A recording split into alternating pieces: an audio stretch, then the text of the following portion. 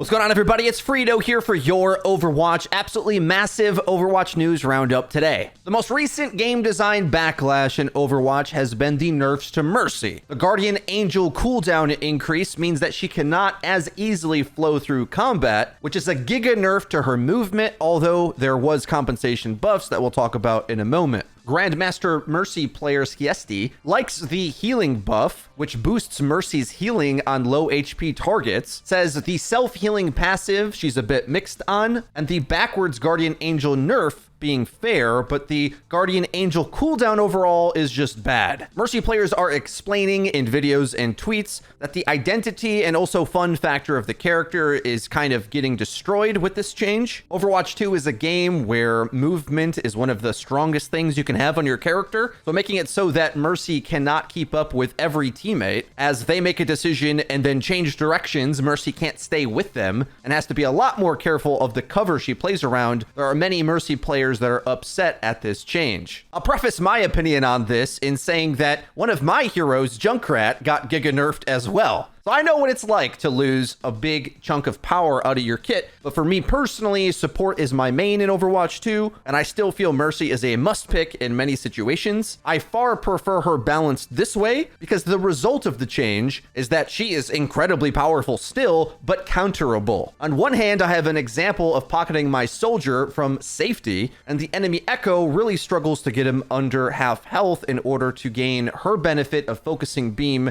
having 200 damage per second. I've racked up a lot of free SR, damage boosting a DPS, but if the enemy decides to go full dive with a lot of mobile characters, it can be very difficult to find a perfect escape route since there's a big downtime for you to be able to reposition. But I think for players that play either dive tanks or flanker DPS, especially through this previous season, the fact that Mercy was undiveable is part of the reason why sniper characters were so dominant. Because it's not like you could have ever targeted the Mercy in Season 2, so you gotta target the sniper, and they either could Whittle Grapple or Sojourn Power Slide away, and so therefore the sniper meta was essentially uncounterable. I'll remind as well, there was many Mercy players that absolutely hated the Mercy changes to her movement power meter in Overwatch 2. They had deliberately asked for the much weaker Overwatch 1 version, and I kept saying, this new version is way stronger. Yes, we were in a Lucio Kiriko meta at the time, but I said even back then, the Mercy changes were insane. And it only was a matter of time for players to really maximize her and realize how much value you were actually getting after, of course, nerfs to Lucio and Kiriko. Having played on it the last few days, I think it is netting out to be a power redistribution because while, yes, full dive can counter her, Mercy's ability to heal up a tank and also be tanky herself while doing it, there's a lot of cases where Mercy's strictly better than before. And if the enemy makes a mistake in targeting her pocket target too much, but also trying to shoot her a little bit, it's like they both get insane healing because she self-heals, can activate the support passive, gets even more if the target is below 50% health, saving them and her in the process. So there's a lot of ways that Mercy's stronger than before. But of course, if you enjoy the fun of constantly repositioning, you're not going to be a fan. However, I also think supports being able to do that for free is not good for the game. I think Moira is the next overly free character that they should be looking at. I've been reading comments from you guys hoping that someone listens to the medal rank situation where Moira is just way too free, making TikTok montages everywhere. Mercy's in the limelight because she damage amps some very devastating DPS, but as an individual pick, Moira is even more forgiving. As a support player myself, but also just as a general design trend for the game, it's better when things aren't forgiving, as it increases the amount of decision-making and power in the player's hands, which is a complicated way to say there's a bigger gap between Mercy players now, because before the movement was so forgiving, a lot of things could just not target you and double down on the hit scan style meta we had because, well, no flanker is going to get you if you can fly in the air constantly. Now it's more important to anchor around a cover position rather than constantly be with every teammate, which might be frustrating because in Overwatch, of course, your team's not always going to position well to make your support pick get more value, but that's the case in all the other supports too. So that's kind of the way it should be, I think. I don't think it's a good thing for the game that there's support characters that break that rule just to make it feel easier. Truthfully, I think the ceiling of Mercy is strictly higher than it was before, but also there's more counterplay to her. So I think it's like a win-win. This week, Blizzard debuted their first Balance podcast featuring Seagull and Alec Dawson, the hero design lead. This one was an extended discussion about the patch notes, which you can go take a listen for if you like. However, I feel like there's not a lot new to report from this, mainly because the patch notes were so obvious with what they were trying to go for. So in our previous video covering it, I just think this is a 2-hour version explaining some of the general trends that they were looking to correct. And also, this was pre-recorded a week before it eventually went live, and it would have been nice to see them react to some of the current discussions about the patch. My review of this is I sort of actually preferred the shorter Twitter spaces before a bit better because it just sort of got to the point a bit faster. But however, the elephant in the room about this, though, is this is not a thing that Overwatch 1 would have ever gotten. And it is a very distinctly new Blizzard philosophy to do this even at all, which I'm certainly thankful for. A few of the big takeaways from the conversation were comments like about the Mercy changes themselves that, well,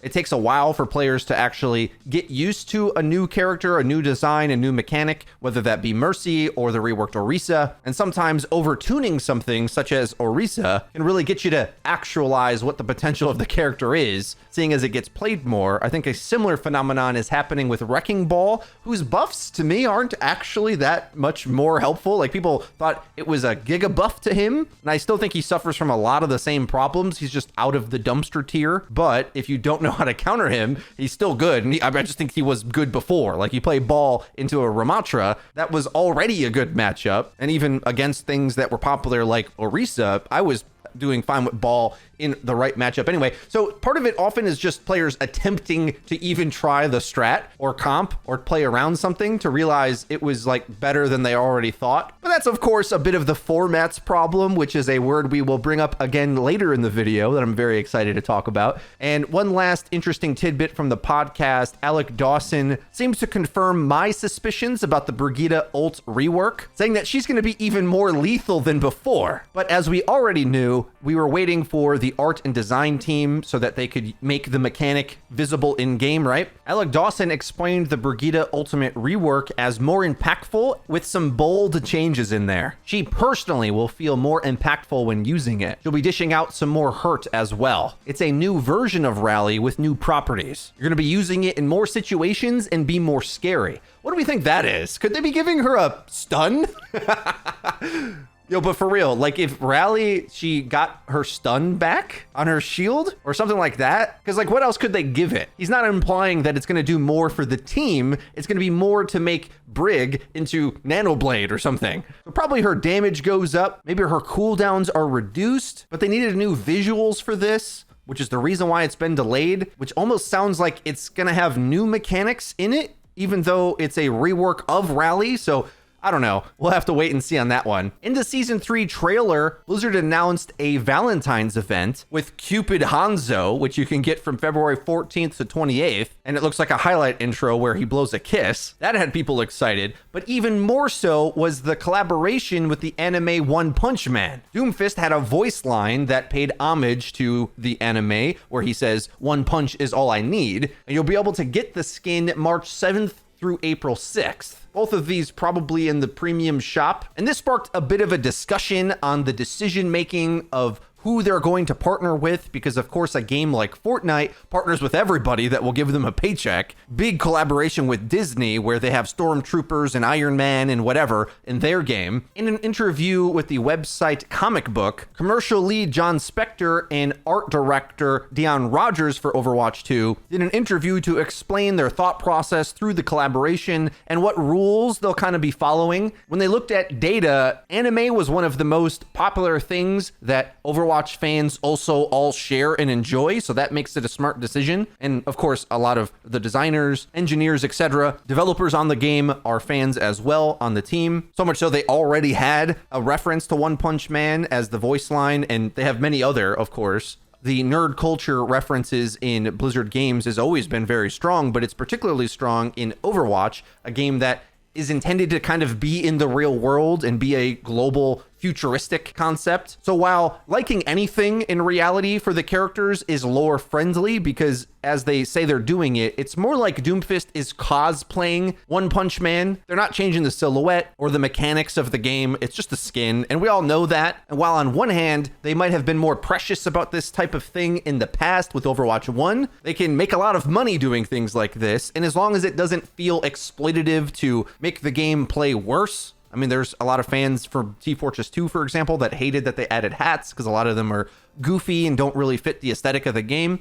That's always a worry when you have skins and too many of them. And while there are those fears and concerns, it didn't really seem to spark that in anyone from the community that I could tell. And while many skins you might not want for characters because you don't even play them, these special event skins like Pink Mercy or Cupid Hanzo, One Punch Man Doomfist, even if you don't play these characters, you might want just to have in your collection because they might be the most unique, most special, and when you roll the hero in Mystery Heroes or something, you'll get to play them. So I think it's smart, especially by following the rules they're already admitting they'll follow, and I think we all get it. Last up for the news video, the Overwatch League has some massive changes for next season. They made a community update video on their YouTube channel, but also did an extended interview with Chat. The big takeaways from this is that they're going to be doing more of a open style format, which gives opportunities for tier 2 teams to have a direct route into tournaments against Overwatch League teams, but also more fun tournaments that are going to be integrated with the community with different formats and rules. So you might see some of your favorite top level streamers that maybe were pros but retired or aren't in the pro ecosystem play alongside these pros in separate tournaments that are designed to be separate from the Overwatch League schedule, but a fun break. Mr. X even weaved in that they might try different play formats such as a pick ban phase. Now I'm not going to get too excited about this, okay?